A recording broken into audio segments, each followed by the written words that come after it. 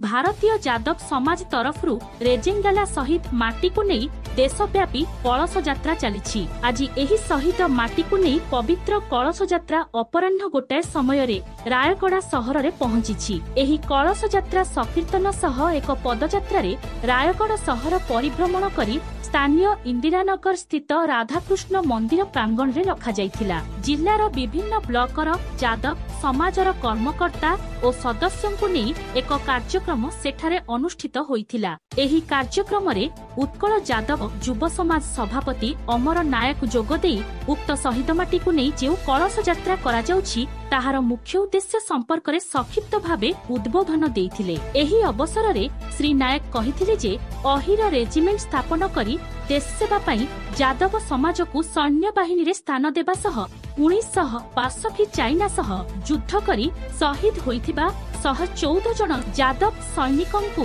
मरणोत्तर सम्मानित करने सरकारक निकटरे आमर दाबी और निवेदन। एही अवसर रे जिल्लार मीडिया संयोजक भावे सांबादिक गोपीनाथ गौड़ एवं अनेक युव जादव कार्यकर्ता को सम्मानित करथिले। एही कार्यक्रम को अमित नायकंक तत्वावधान रे रायगड़ार जादव समाज सुरुखुरुरे परिचालित करथिले। परे अपराह्न 3टा समय रे रायगड़ारू बाहरी कंधमाल जिल्लार बालीगुड़ा अभिमुखे यात्रा करथिले। रायगड़ारू गोपीनाथ गौड़ों रिपोर्ट श्री क्षेत्र न्यूज।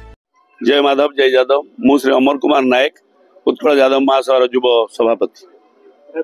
आपण माने जानिथिबे जे 18 नवेम्बर 1962 मसीह रे गोटे इंडो चाइना वार हितला।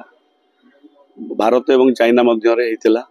आपणकर ले और लद्दाख ठारू 18,000 किलोमीटर ऊपर 40 डिग्री कम थंडारे बरफ पूरा सेठी आमर 120 जन जादव वीर माने भारत मातांकर सेवारे तैनात थिले एवं हठात खबर पाइले कि चाइना भारत को आक्रमण करिया को आसुची एवं तांको आमर भारत को नेतृत्व करुथिले मेजर शैतान सिंह। से तळे सैन्य मान को 120 जन जादव सैन्य को कहले जे हमको एठू छाड़ी जीवा को पड़िबो नहले आम बाहर गोला बारूद बंदूक नाही आम 3000 ऊर्ध चाइना को सामना करें चाइना सोल्जर को। किंतु आमर अहिर जादव वीर माने मेजर शैतान सिंह को मना कर देते कहले नहीं आम पछगुंजा दे फेरिबा नहीं। जदि आम फेरीजा चाइना आमर भारतर बहुत गुड़ाए जगह को दखल करदेव तेणुक आम पछे मरीजा आम ये जगह छाड़ा नहीं। एवं अहिर जादव वीर माने बहुत वीरत्वर सहित 3000 सैनिक सांगर लड़ी थे एवं 1400 ऊर्ध चाइना सैन्य को मारी 120 जन जादव सैन्य 140 जन प्राण हराई से 114 जन सैन्य जो आम जादव अहिर जादव माने प्राण हराई से जगार ना हूँ रेजांगला। ये फलसरे से रेजांगला पवित्र माटी आमे आमर उत्कल जादव महासभा एवं अखिल भारतीय जादव महासभा ये माटी को घरे घरे सारा भारत वर्षर प्रत्येक दुआरे दुआरे बुलेकी आमे से 114 जन अहिर जादव वीर मानकर गाथा एवं वीरत्वर कहानी समस्त को अवगत कराउछु।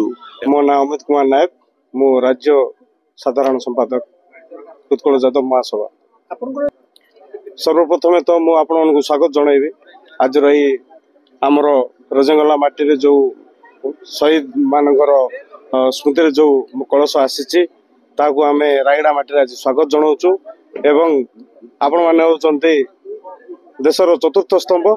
आपण मान माध्यम सरकार को आम अनुरोध करुचु जे आमर जो शहीद होते रजंगला माटी रे जो वीर जवान अहिर जवान से आम अहिर रेजिमेंट को केमती पुनर्स्थापन करा सरकार ध्यान देवे बोली आम अनुरोध करुचु।